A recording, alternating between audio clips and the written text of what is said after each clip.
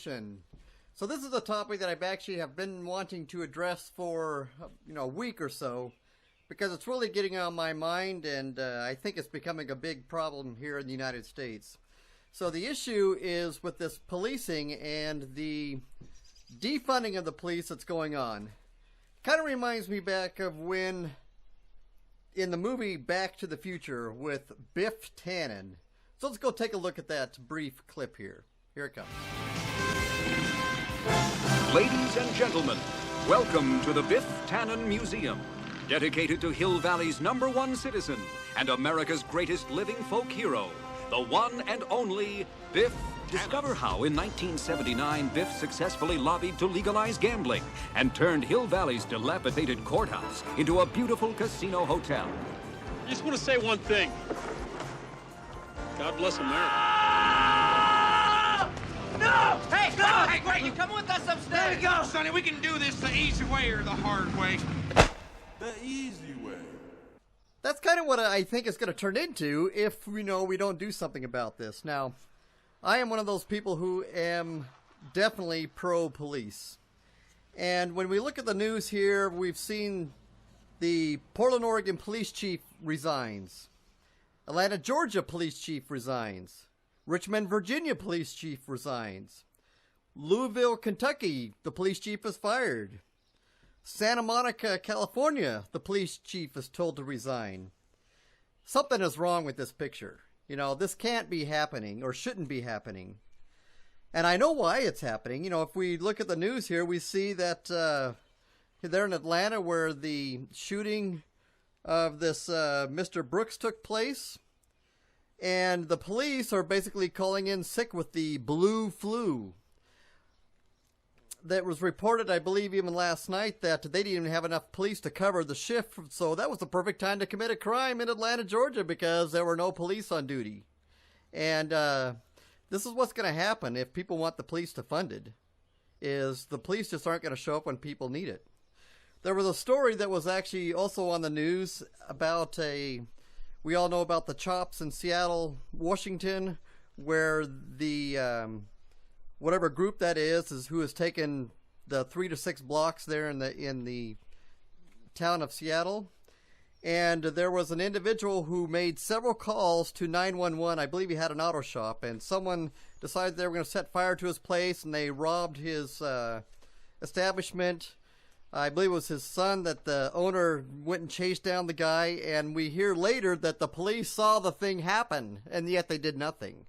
This is exactly what's going to be happening for the most part, in big cities, if people keep whining and moaning and groaning about the police, have to be defunded, or things have to seriously change so that people aren't getting hurt. Well, I hate to break it to you, but the police job is a very, very dangerous job. It's a very, very high-risk job. It's a job where they're putting their lives on the line, just like all these officers that are being accused, and maybe they are guilty, maybe they're not. We'll let the courts decide that. I'm not the judge. I'm not the jury. I'm not the defense attorney. I'm not the defending attorney or anything, prosecuting attorney for any of these things. So I really don't have all the data. But all these police officers are definitely putting themselves in harm's way, and now people are whining because, well, I didn't like the way they did the job. I didn't want to do the job, but I didn't like the way that they did the job. Well, either do you do the job yourself, or don't call the police, because these moaners and whiners and gripers is causing big problems. Now, if I am able to express my opinion, which I am going to, because I am able to, what I think should happen right now, I think all of these police departments like Atlanta, Portland Police, in Minneapolis, just don't show up for work, resign, leave. Who cares if your government body, if your mayor or your city council doesn't support you? You might as well just pack your bags, go get a job somewhere else doing anything, because if you don't have the city council behind you, you might as well just give all the criminals a gun and let them shoot you or use you for target practice, because that's what you're going to be. If police can't do their job and be given flexibility and have the immunity which they need to do their job, we're going to have even bigger problems. It's going to end up just like the Biff Tannen in Back to the Future. And that future is going to be now if this continues to go on. Here's a clip that I want to show you about a deputy sheriff in another part of our country. Let's take a look. I would tell them, if you value your life, you probably shouldn't do that in Polk County, because the people of Polk County like guns. They have guns. I encourage them to own guns, and they're going to be in their homes tonight with their guns loaded. And if you try to break into their homes to steal, to set fires, I'm highly recommending they blow you back out of the house with their guns. This is definitely one solution. Just arm all the citizens with a gun, let them take care of the policing, and I think that'll take care of the criminal problem faster than the police will take care of it. We won't have it, and especially if citizens are allowed to open carry guns, that would be awesome.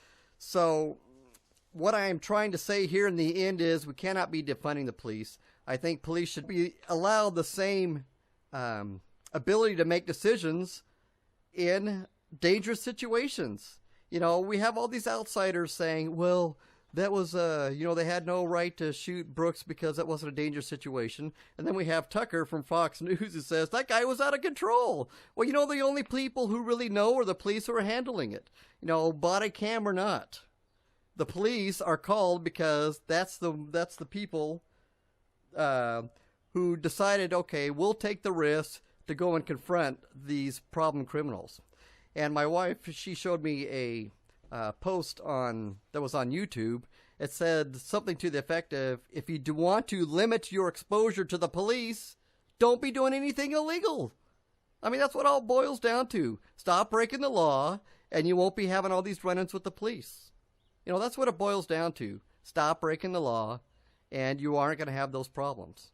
And I think these supposed racial incidents with the police and the public goes, why are they always in connection with a crime, or always in connection with someone doing something wrong? If the police are exercising racial injustice and they're doing it with someone who's not committing a crime, well, then that's something that really, really needs to be taken a look at.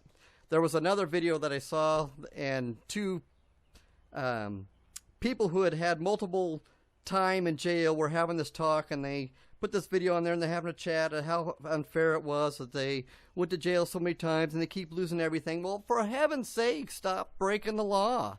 Don't do things that get you put into jail.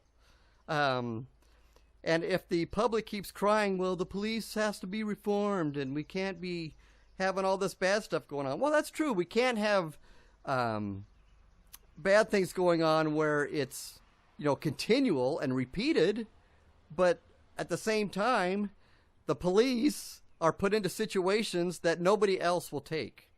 So do not, in my opinion, be holding them as the guilty party when you won't handle the problem yourself. So either you handle the problem or the situation yourself instead of calling 911, or stop complaining that the police are doing theirs. This is the Miles Resident.